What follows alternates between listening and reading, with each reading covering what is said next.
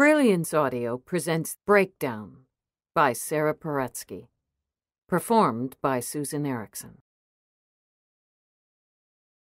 Rain had turned the streets a shiny black. All month long, Chicago had been hit by storms that put as much as 3 inches of water on the ground in an hour, but left the air as thick and heavy as a wet parka. Tonight's storm was one of the worst of the summer. I'd come up empty in all the likely spots. Bus stops, coffee shops, even the sleazier nightclubs that might not have carded a bunch of tweens.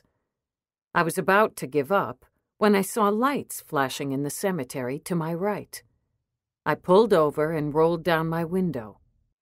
Above the rumble of rain on my rooftop, I could hear high-pitched chatter and bursts of nervous laughter. I zipped up my rain jacket and walked down the street, looking for the cemetery gates. They were padlocked. A notice board read that Mount Moriah was permanently closed. Trespassers would be violated, but if you had a grave to tend, you could call the number on the board.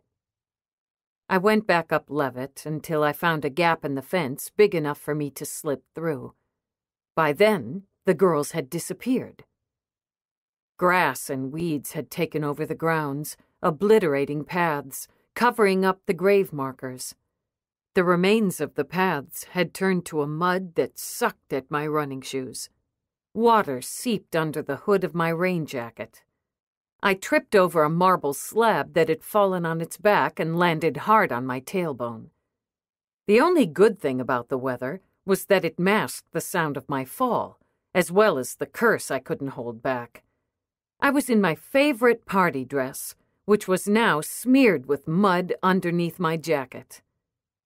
While I was on the ground, I made out winking lights, cell phones or flashlights, to my right. As I got closer, I heard a stifled shriek. "Did you see? The vampire! He was here! I saw him going into the woods!" "Yeah, right. Like we believe you, Tyler. You haven't even been initiated."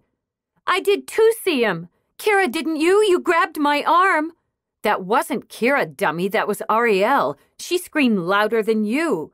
"Did not. I'm not afraid of vampires. I've got an amulet from Carmilla." "But why do we have to do this in the middle of the rain anyway?" "Why can't we stay in Kira's apartment?" a new speaker demanded. An authoritative voice answered. "We have to be under the full moon for the power to work.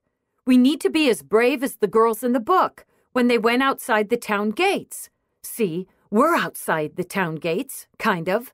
We went away from the city when we climbed over the cemetery gates, and that temple thingy, it's like Carmilla's cottage." Vampires. In a way, it was refreshing that a bunch of tweens had sneaked out to see a vampire. When my cousin Petra called me, desperate for help, I'd assumed the kids had gone clubbing. Petra told me she'd gotten a frantic call from Kira Dudek's little sister. "Kira Dudek?" I'd repeated, bewildered. "You know, Vic," my cousin said impatiently. "Kira's in one of my book groups, the one I'm running for the Melina Foundation. Her and Lucy's mom works a night shift as a hotel maid, and little Lucy says all the big girls come over to their place. Only tonight, they all went out in the rain and left Lucy by herself.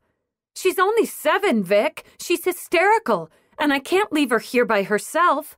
I know I said I wouldn't keep calling you for help, but Kira and her friends, they're just 12 or 13.